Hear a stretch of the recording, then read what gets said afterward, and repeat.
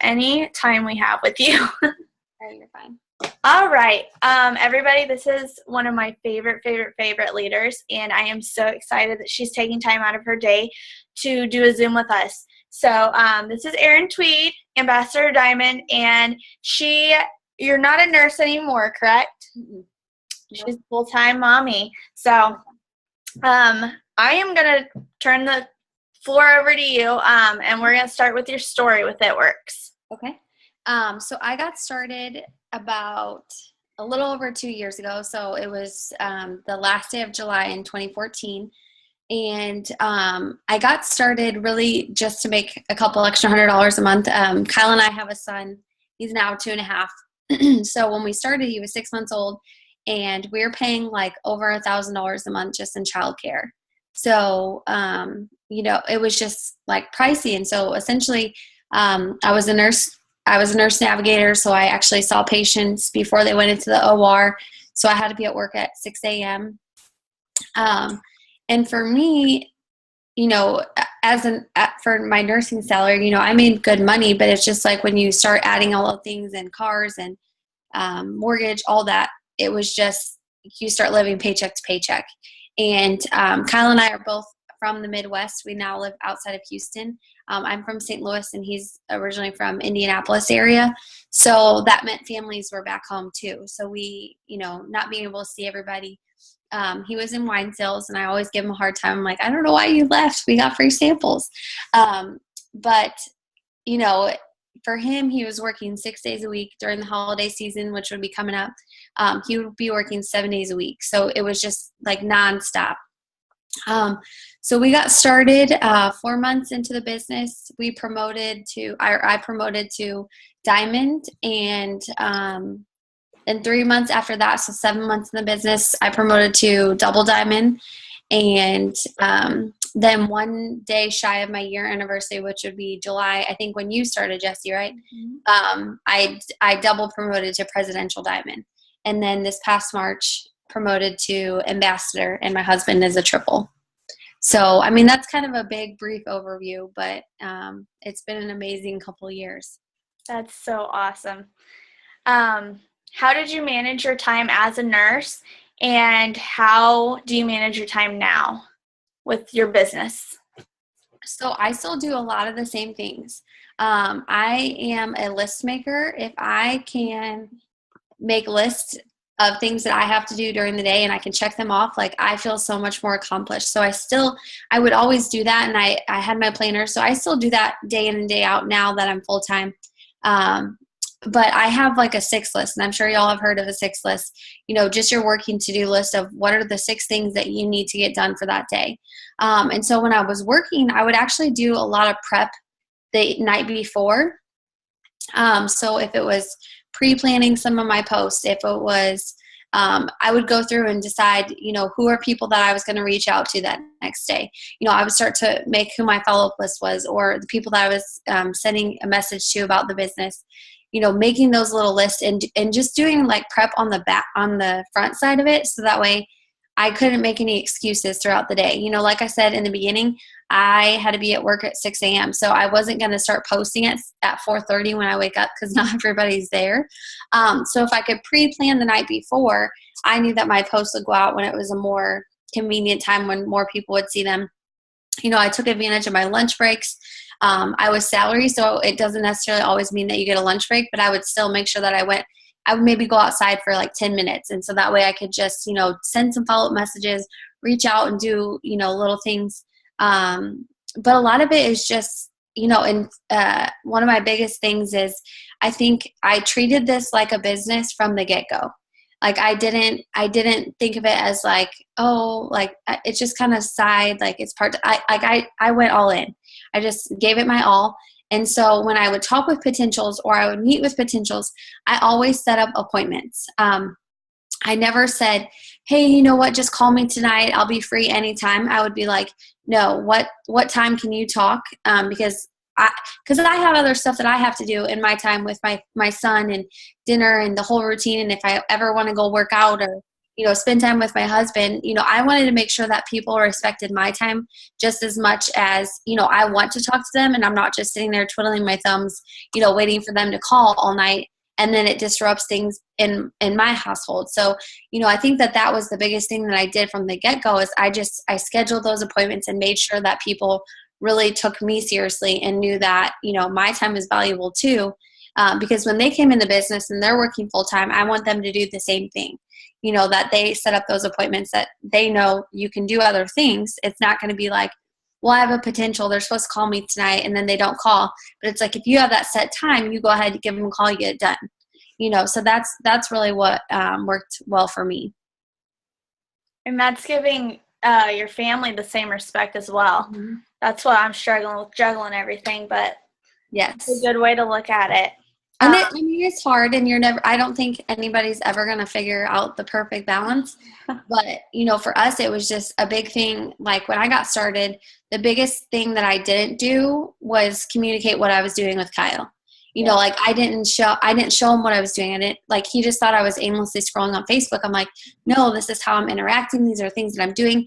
And so I took that all in, and then I did these appointments because I was like, I love to do bath time. I like to do that. So I would make sure that, we did bath time around the same time. So I would schedule a potential call. Let's say bath time's at 7, I would do a potential call at 6:30. So that way I knew I would be done and I wouldn't miss that time out with Finn. So, it's just make sure that people take you seriously. I think that that's one of the big things.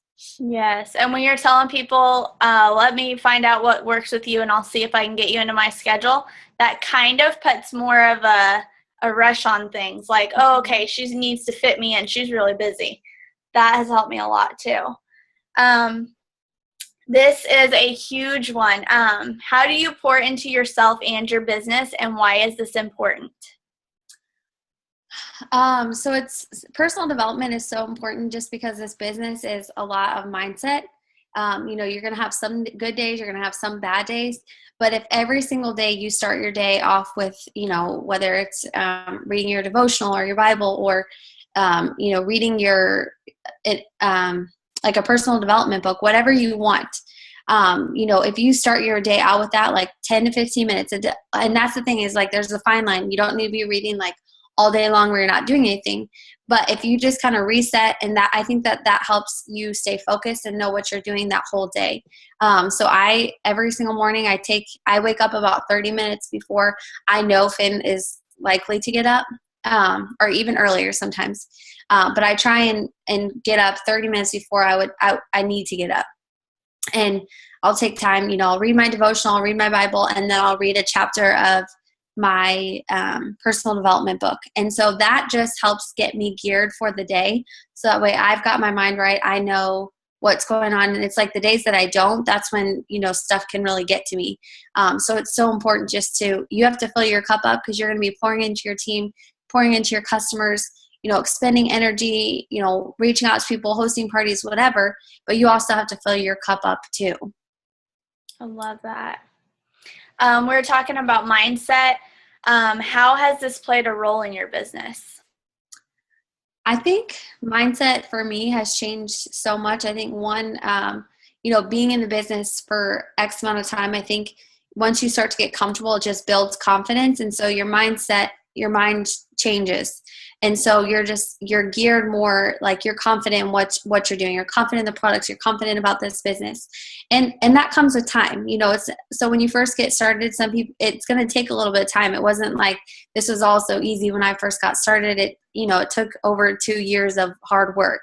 But the way that I look at it is social media can be so draining. And so I honestly, I don't have any negativity on my Facebook because I don't follow negative people.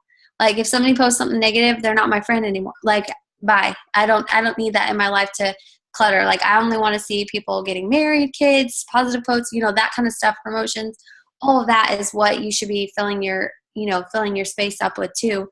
And so then that way your mindset is already always there, but I think that personal development, that starting your day off every single day the same way, whatever's going to take you to fill your cup up, do that every single day. I love it. What tips do you have on signing distributors and loyal customers? I would say for both, don't take anybody off of your hundreds list. Because I know sometimes it can be frustrating. You follow up with people like so many times and you're like, oh my gosh, like I'm going to take you off my list because I'm just tired of messaging you and you just give me the runaround every time. But I have people that when I first started this business over 2 years ago are just now joining or just now contacting me about it. So I've messaged them, I've talked to them about it, but it's taken them 2 years, to finally be like, you know what, I think I want to do this. And you have to know that everybody's life changes. Like everybody has a different life event that happens every 9 months. So when you first approach somebody, they may be in a spot where it's not going to work. But 4 months later, when you follow up, they may be like out of that phase and into the next, and it may be the better time. So, just go with what people have. Create that sense of urgency when you follow up. I think, saying you've got one spot left, you're working on orders, you're doing these things and just assuming the sale almost like I've got one spot left. I just wanted to offer it to you first. Are you interested? And then that kind of, for people, they're like, oh, like, well, yeah, I think I might actually want that, or they'll say, no, go ahead and give it to somebody else, but I'll take the spot on the X day. And that kind of leads me into the last thing is, if somebody says they can't join, like, oh, I can't do it right now, I'll say, well, what's a better date that's going to work for you? So that way you're kind of setting up, just like the appointments, you're getting a date from them. So that way, even if it's 3 weeks down the road, you're not sending them messages and they're just giving you the runaround. You're actually getting a date like, hey, this isn't okay. This is another window of when I'm going to follow up with you and we'll get you started. But I mean, you get so many trainings and different things. And so the biggest thing in this business is we didn't have Zooms and all this kind of stuff when I got started. You just did it. So just go out and do the steps to success. Focus on getting those 4 loyals and those 3 distributors. If you're just getting started in the business, and I have this all the time, people will say, well, I don't know what to post to talk to people about how to become a distributor when I just got started and I haven't made any money. So talk about your goals, talk about your dream board, talk about your past, present, and future. This is what's happening. This is what I'm doing about it. And this is what I first see this company taking me to do. Talk about those things. It doesn't have to be like, hey, I made $1 million overnight, because that doesn't happen. But if you can just share, this is what was going on in my life. This is why we decided to join this business, because we know it's going to take us X, and I think that those are the big things, is just sharing those little pieces along the way will really draw people in. Yeah. And if we're consistently posting about the small things, like paying for a package of diapers, there's somebody on your Facebook that is having trouble paying for a package of diapers. Mm-hmm. So as long as you're, adding people to your audience and continuously posting about small things, you're going to pretty much hit a soft spot for a lot of people. So what advice do you have for distributors feeling stuck or at a standstill? I tell people, start back to basics. If you start to feel overwhelmed, take a step back and say, okay, where am I at? Maybe some people say, I feel like I'm sending stuff out and people just aren't responding. Then I'll say, let's take a step back and look at what's your approach? So always take that step back and look at, how are you approaching things? What is your message saying? Maybe it's just tweaking 1 or 2 words. But then just go back to basics. Like, what was working for you when you first got started? You were excited, so you were posting probably more frequently. Sometimes that's the trend, is you start to stop posting because you're like, I don't know what to say. Get back to that, to what you were doing when you first got started. Because that's what people ask me all the time, like, how have you gotten so successful? I'm like, I'm literally doing the exact same thing today that I did 2 years ago. I'm still posting 3 to 5 times a day. I'm still messaging the same amount of people. I'm still reaching out. I'm still scheduling meetings. Like, I'm doing all those same things. It's just my team's bigger, and so it's grown over that time. But if I expect my team to do it, I have to do it myself. So I think that that's one of the big things. Awesome, awesome. And what tips do you have for new distributors? Say they've been in a month or two and they're just now learning the ropes, and you know how it can be a little overwhelming at first. What is the best thing that you've found that helps your new distributors? The best thing for me is, I think, one, working on consistency. And I think sometimes it's like some people initially get it. Like Alyssa Bill used my upline, and she was like, you just have to do. So I just did. Like, I am a doer. She told me what to do. I did it. Some people don't do that.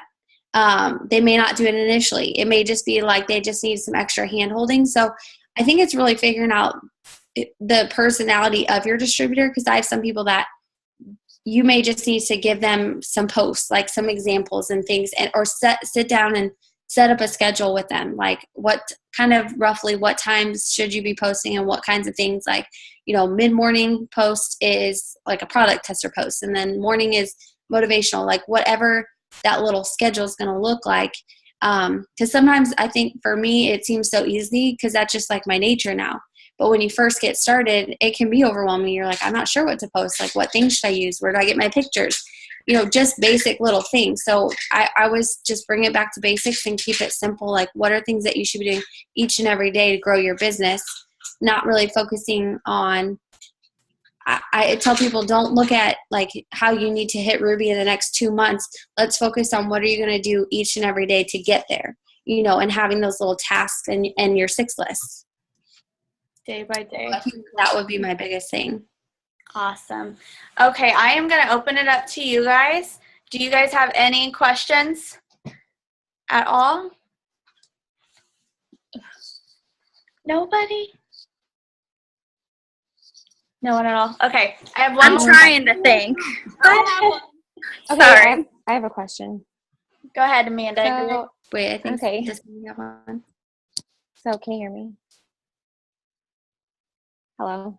Yep, you're good. Okay, good. Okay, so I am currently a full-time nurse, and I'm also in school for my RN right now, and I'm done in 10 weeks, thank God. But did you start like when you were done, like when you were actually working as a nurse, or like you trying to do it through nursing school like I am? So I was actually, I think I was out of school 3 years.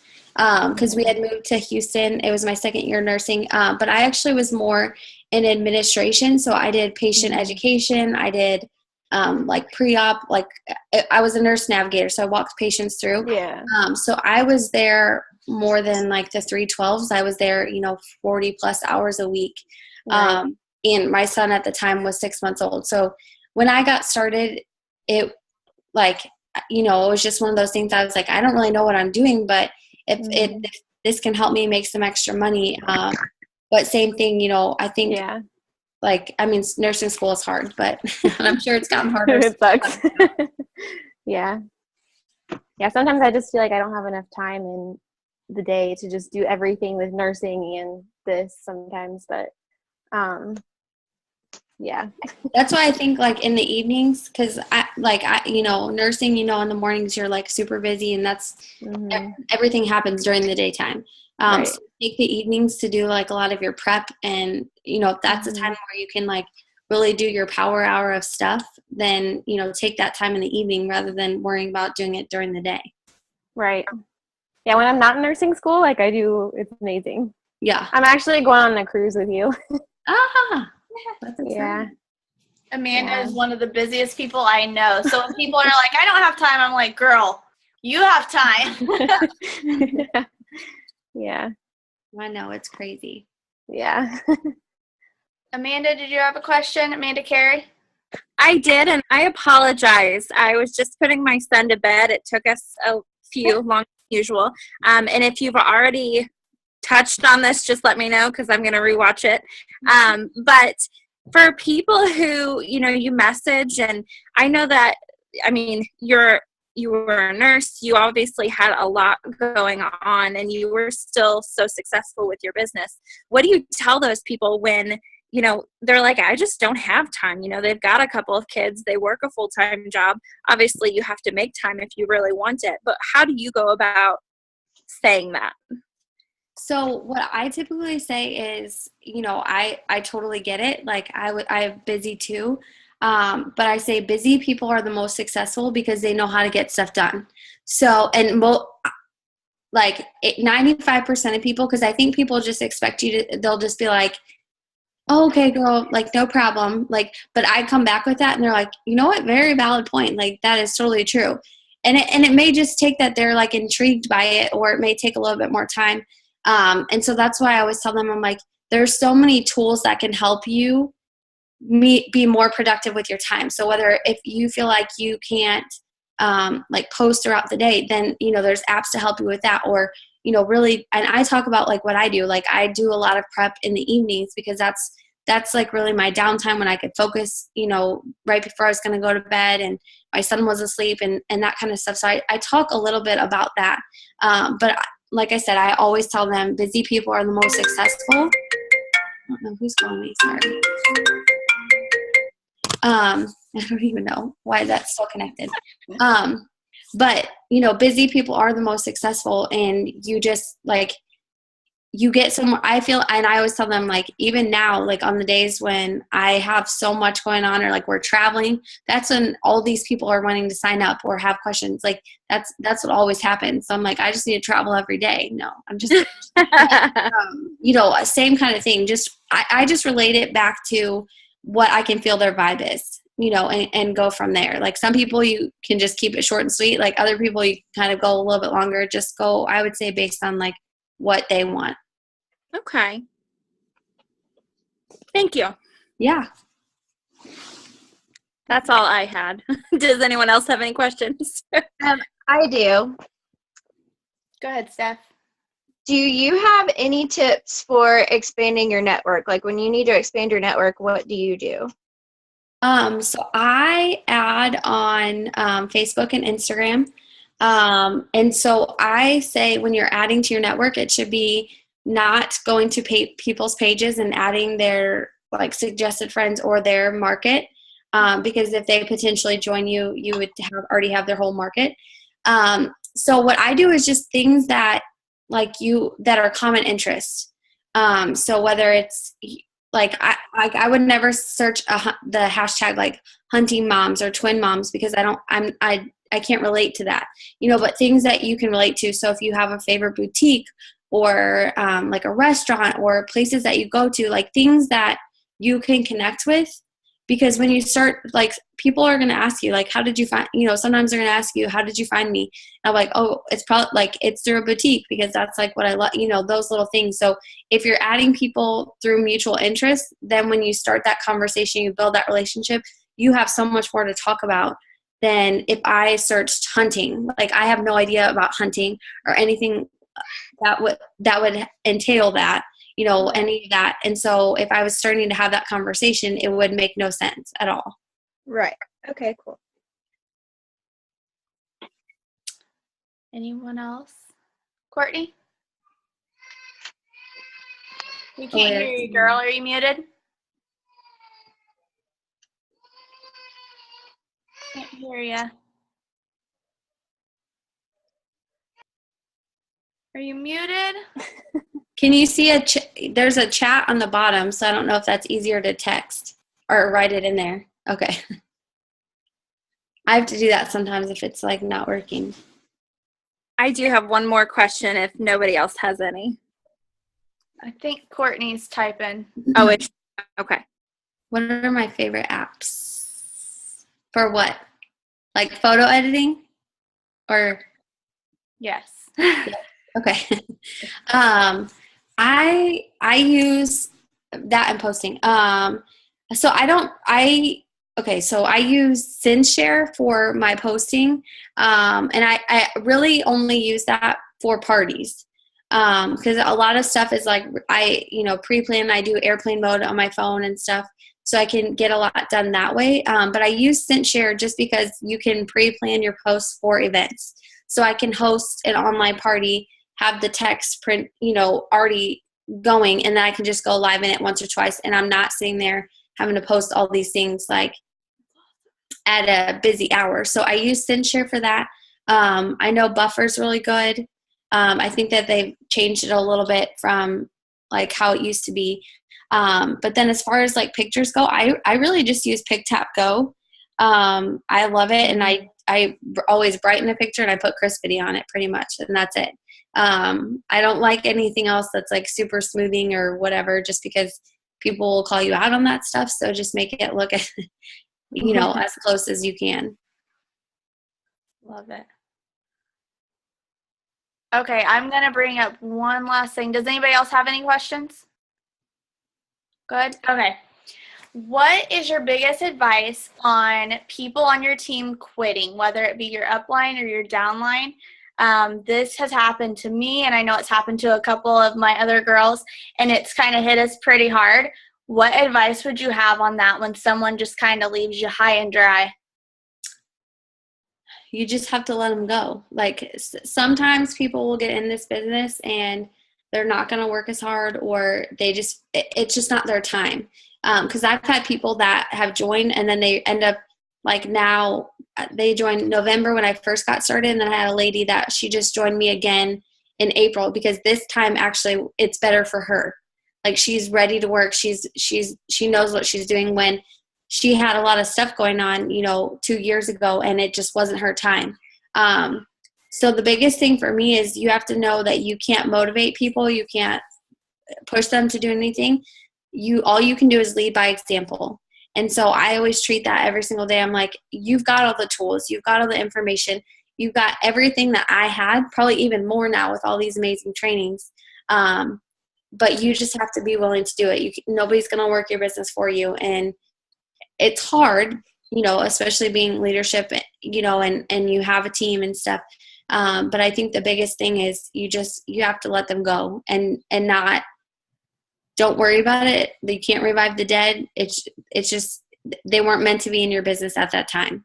And so, God is going to bring the right people in at the right time. And that's what you have to remember. Even if they only come in for a little bit, they were meant to be there for a second and then gone. Like you were learning something about it, the business or yourself, because of that situation. I love it. All right. Does anyone else have any questions? Awesome. All right. Well, thank you so much. Oh, so was it? Did we? No? Hi. I thought I heard. Can you guys hear me? Is it me? Is it you, Amanda? Did you have a question? Yeah. Yes. Can anyone hear me? Yeah, you're good. Go ahead, girl. Okay. So real quick, you and your husband just seemed like, like so well together with the business. And, there's so many girls that I've talked to, when I first started, my husband might not have been as important. He didn't know what exactly I would do. But for women who have this, what would you tell them, about running their business, and even if forward? So like an unsupportive husband, I just want to make sure that, like how to handle that. Are we thinking that's what we mean? Yeah, probably. Okay. I was like, it's cutting in. So I just want to make sure.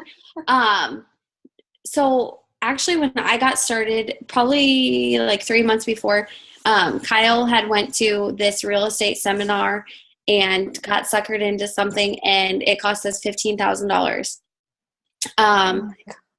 And so when I brought up the business, or I was like, you know what, I think I'm going to sell wraps. Like, because I didn't even know really about any other products. I was like, there's something to grow your hair, and then I can wrap. Like, I can wrap people.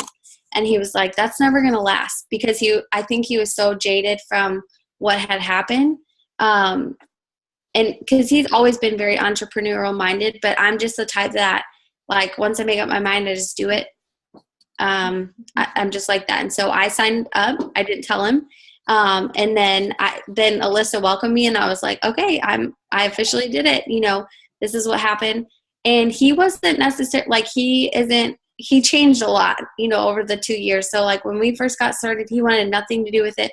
He didn't want to try a product. He didn't want to like do anything. He didn't want to take a picture, like nothing.